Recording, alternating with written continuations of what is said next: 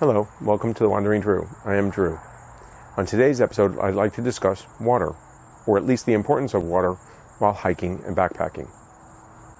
I will cover why it's essential to us, what to look for in yourself and others when it's lacking, and what you should do about it.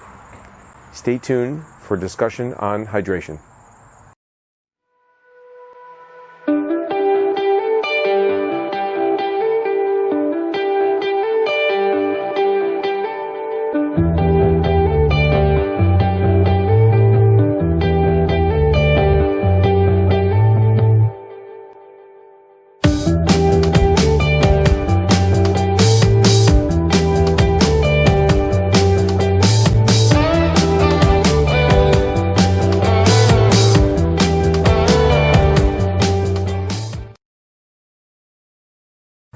Welcome back. Thank you for joining me. With us starting to get back to enjoying the outdoors, whether it be hiking or backpacking, going out in the woods and on trails, and summer coming with its much warmer temperatures, this is the perfect time to discuss, in my opinion, keeping hydrated. We all understand, hopefully, that we require water to live, and that our bodies being roughly 60% water, we need to constantly maintain our levels of hydration. And this is important for many reasons. Obviously, most of the processes in the body require water to take place. Of note, while hiking or backpacking, is that water helps us with many processes, but chief among them our digestion, which gives us our energy to continue hiking, and very important, especially during the summer months, is temperature regulation.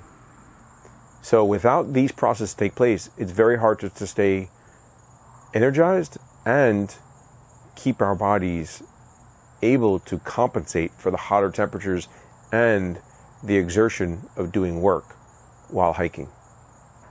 Just a small decrease in water levels will impact our bodies with a reduction in strength, speed, and energy levels. And the average male will need 16 cups of water, or 3.7 liters, in a day. The average female will need about 2.7 liters, or 11 cups of water in a day.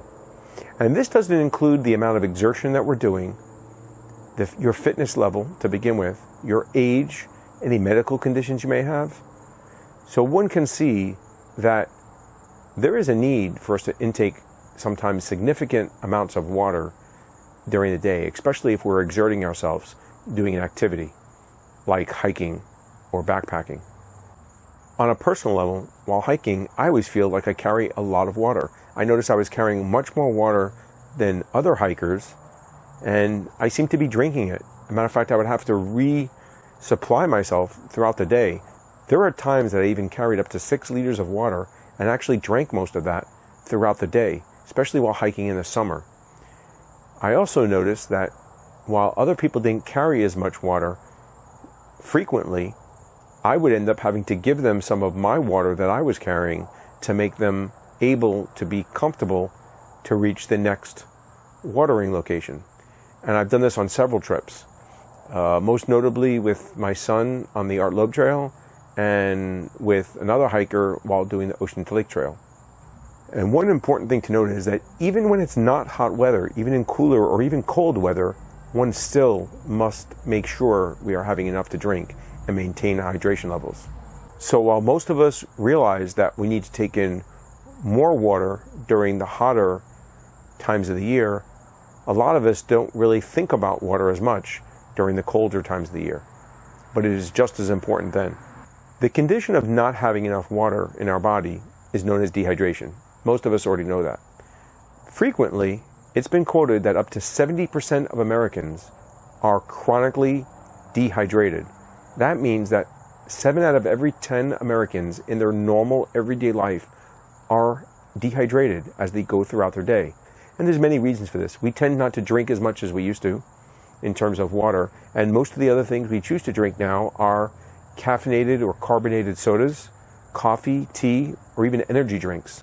All of these drinks tend to have chemicals in them which actually reduce the amount of water in the body and not increase them.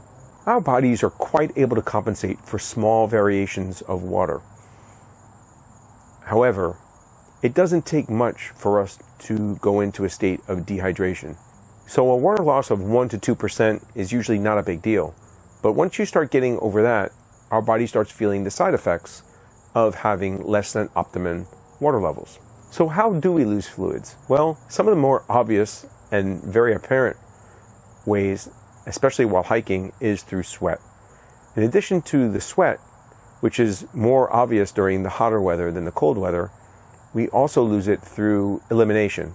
And that means through going to the bathroom. In both peeing and pooping, we will lose a good amount of our daily intake of water. Additionally, every time we breathe, we are breathing out a small percent of water. We also can lose some water through other methods, like crying or tears, and people that use their saliva or spit will also lose water. Hopefully, no one is crying out there on the trail, unless they're tears of joy for reaching the end of the trail or perhaps that tough summit. But as Tom Hanks said, there is no crying in hiking. Additionally, there are some medications which affect your hydration levels, and you should be aware of them as a side effect of whatever medication you're taking. And if you're not sure, either look up medication that you're taking or ask your doctor. The other way that people frequently get in trouble with their hydration levels and become dehydrated, both on trail and off trail, are either an illness or an injury. Our body needs water to do all the processes that help rebuild the body, whether it's growing the hair, the nails, the skin, bone. All these processes require water.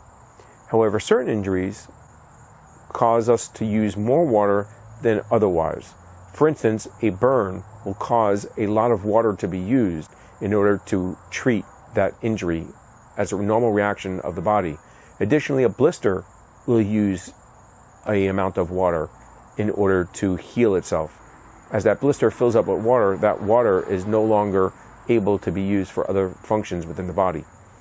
Another way for someone to become dehydrated pretty rapidly under normal conditions, but especially while hiking, is if they also get into an illness that causes them to have either nausea or diarrhea. Both of these processes, especially if they're vomiting, will cause water to be expelled from the body at much greater rates than would be if it was the normal process of elimination, going to the bathroom, or sweating. And if you're unable to control these illnesses or replenish the water due to the illness, let's say you're unable to take water and keep it down and you keep vomiting, then very soon you will go into a dehydrated state. So during the normal day, we eat and drink both food and water. About 20% of our daily intake of water comes from food. Most foods have water in them. However, when we hike, a majority of our foods might actually be dehydrated. So we have to put water back in them to make them whole, and then we ingest them, and we in turn get the water back out of them as we digest them. So this process is really not changing, except for the fact that we might alter what we normally eat when we're hiking from what we would eat, let's say, in the outside world. You're not going to see as much fruits and vegetables, which tend to have a lot of water in them. So while we're hiking, we're exerting ourselves and using a lot of the water up in the processes of sweating and just keeping our muscles going. And we tend to go to the bathroom more often as we process that water. So water is best to combat dehydration. So this is why any person that does any physical exertion, like an athlete, or us while hiking or backpacking, needs to have the ability to replenish the water and put water back in our body. Basically, we need to drink. And like I said before, we need to be careful about what beverages we choose to drink, because not all of them will give us an increase in water levels. Once again, alcoholic beverages generally do not tend to increase our water levels. Coffee, tea, carbonated drinks, caffeinated drinks, all of these things actually cause us to lose water and not increase our water levels. A common way to gauge your hydration level is to note your output and the color of that output. And what that really means in layman's terms is how often you go to the bathroom, output, and the color of the output is what color is your urine when you go. And if you look at this color chart here, and there are many of them available on the internet, you can do a search and find numerous different charts that show different variations, whether it be 3 colors, 5 colors, 10 colors, it doesn't really matter. I think you get the idea. Generally, if you're hydrated, the color of your urine should be anywhere from clear, which means you're very well hydrated, to slightly yellow, or straw colored is a common description. And that denotes a good hydration level.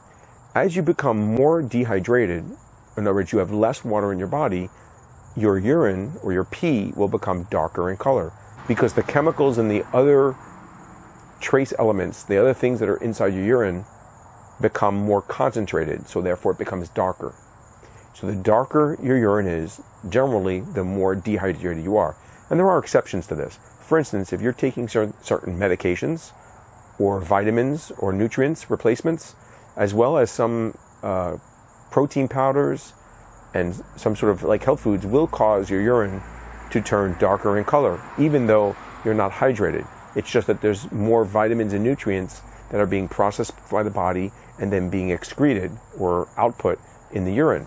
So you will know, even when you're not hiking or you are well hydrated, if your urine is a really dark color because you're taking vitamins. But ordinarily, the darker the color of the urine, the more water that you need to start intaking because you're dehydrated. And this is something that you should do by yourself. Don't ask your hiking partner, hopefully, to help you out with this by looking at it and seeing what color it is, unless you're very close. Additionally, we should probably note some of the symptoms of dehydration. The first one is pretty obvious. Usually you will feel some sort of thirst. You will feel that you need a drink. You'll feel thirsty. But this is not always something that everyone feels. Some people do not always get a overwhelming feeling of thirst, even though they are getting thirsty or dehydrated. Typically, when you feel extreme thirst, you're already into a dehydrated state. There are several other symptoms. Typically, you may feel hungry for a snack, especially a sugary snack, because this increases your energy levels, which are generally dropping due to the fact that you don't have enough fluids in you, because a side effect is usually you feel sluggish. So your body will typically crave something to eat that is sugary, but not always. Other common symptoms are a dry or cotton mouth. Sometimes you have an odor or you feel like you have bad breath. You usually will get either dizzy, but very, very common among most people universally is a headache. And for me personally, this is usually the first symptom I get when I know I'm suffering from lower water levels or dehydration, is I get a headache, which generally tends to grow and build. You may also get very cranky or irritable. And this could be something that you observe in your partner. And it could be the reason why you and your partner that are hiking feel like you want to bite each other's head off, or they want to bite your head off. So this may be the reason for that irritability, or it may not. Our brains also require water to operate. And when water levels decrease, we will usually feel the effects. We will feel usually tired or sluggish, lethargic. We have less energy. We may have trouble concentrating. You may obviously have trouble recalling certain facts or things. Later on, you'll notice some of the symptoms include a loss of appetite and muscle cramps. And the muscle cramps can be in other different locations. Very common, you'll see them in the abdomen or the torso. I frequently would begin to feel them in my calves, especially if I'm trying to climb up and exerting myself. I'll notice that I usually get like a cramp in my calf muscles. And that to me tells me that I'm dehydrated. And I know that that means I need to replace water into my body. You may have trouble making a decision or processing things in front of you. This will show itself as possible confusion and even troubles with coordination. All skills that we need while hiking or backpacking. At even higher levels of water loss, fainting and seizures are possible. Other things to consider are the altitude that you're going to be at while hiking and the weather. If it's extremely hot and humid, your water levels will need to be increased, and you'll need to intake more water because you're going to lose it more rapidly. In hot and humid weather, we tend to sweat more and we need more water for the bodily functions. At altitude, we need more water as well. At higher altitudes, and I'm not talking 2,000 to 3,000 feet here, I'm talking 10,000, 12,000 and up, our bodies become more susceptible to altitude sickness. So therefore, it's even more important to make sure that you are well hydrated if you're going to be at very high altitudes. And as the dehydration progresses, the symptoms become worse. So you may start out with a headache, and then as you continue to dehydrate, that's where you may get some cramps, or you may begin to feel dizzy, and then you'll feel tired and want to sit down and go to sleep or just take a rest. Rehydration with water is the best and the most simplest remedy. But just drinking water alone or plain water may not be enough. You may wish to augment them with drinks that replace or replenish what is frequently touted as your electrolytes. And you hear this a lot in advertisements, and you'll see them on the labels. And what all that means is that they are putting certain elements or chemicals into the water because our bodies need them. And generally you'll see it'll be potassium, sodium, and chloride that are added to these drinks in order to replenish our electrolyte levels. And all it means is these are elements that help conduct electricity or allow the body to communicate because it conducts itself through electricity. And that's how our body carries out processes. So taking water with electrolytes, or even just water and a very salty snack, will be a good move and help replenish some of these items. You don't need to buy special drinks or powders. It just is a convenience factor. And this way you know exactly what you're getting. And the good news is that for most of us with a normal diet, if we just eat and drink normal foods for us, we usually get all the chemicals that we need in our daily life.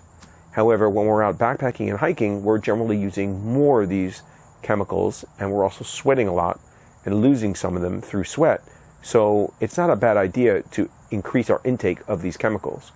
Fortunately, most foods that we eat while hiking, while dehydrated, meaning they have the water taken out of them, and we place it back when we cook them, also tend to be very high in salt or sodium and chloride, which is exactly what we need to replace while we're hiking.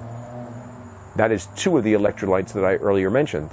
So if you're eating typical food while hiking, generally you're probably getting enough of what you need to replenish it. But you may decide to add more and increase those levels. That's up to you. You should know your own body from hiking. So if your water levels haven't gone down too much, just drinking water and maybe having a snack or taking one of these electrolyte drinks will help you. But if you've gotten dehydrated to a certain point, you're beyond the ability of your body to absorb water fast enough. And if you're continuing to exercise or walk and lose, you're generally going down like a slide here, a slippery slope that you're not able to recover from without stopping and resting or changing something. There is a limit to how fast our body can absorb water. Under optimal conditions on a very, very hot day, and a high end of the scale is we can absorb possibly just under 1 liter of water per hour. But for most people on the average, it's really about half that, much less. It's about half a liter of water.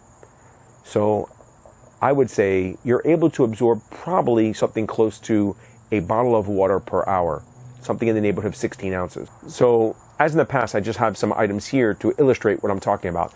This is a 12-ounce bottle of a Gatorade product, which does have some electrolytes added.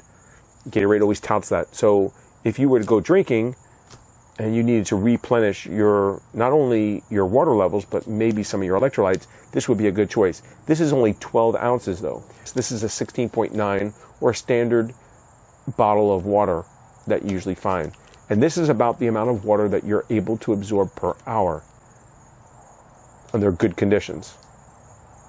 So you can see that if you start drinking a lot of water, it doesn't really matter that you pour it into your body or you're able to swallow it and keep it down, because it's still just going to be sloshing around in your stomach, because this is pretty much all you're able to absorb.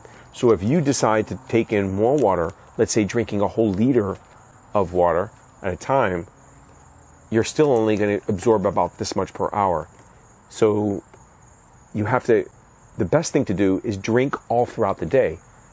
So if you can remember to take a small drink of water every, let's say, 20, 30 minutes, or every half hour, you take a half a cup or a cup of water, then more than likely, you're going to stay hydrated throughout the day.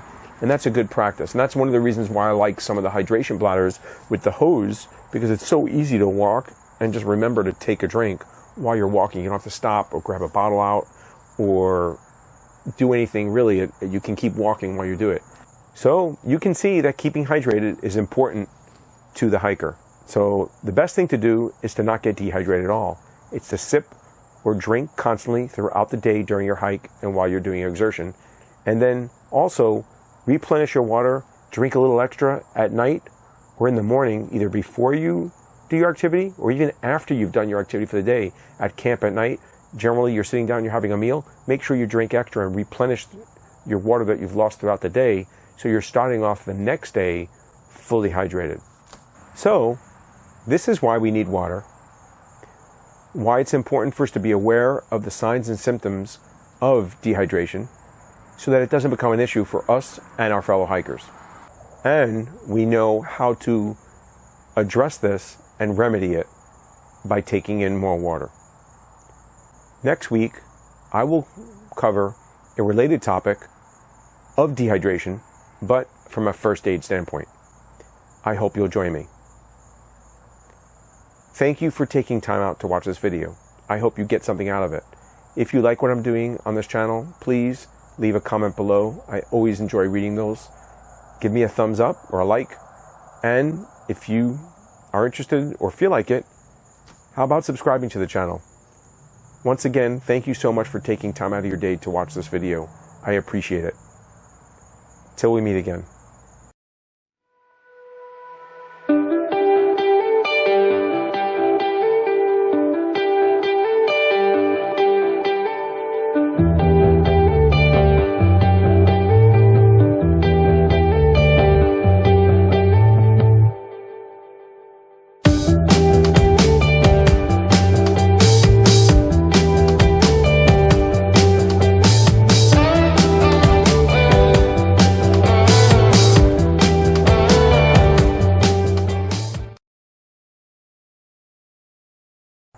A small decrease of water in the body affects our ability to perform with both speed and strength.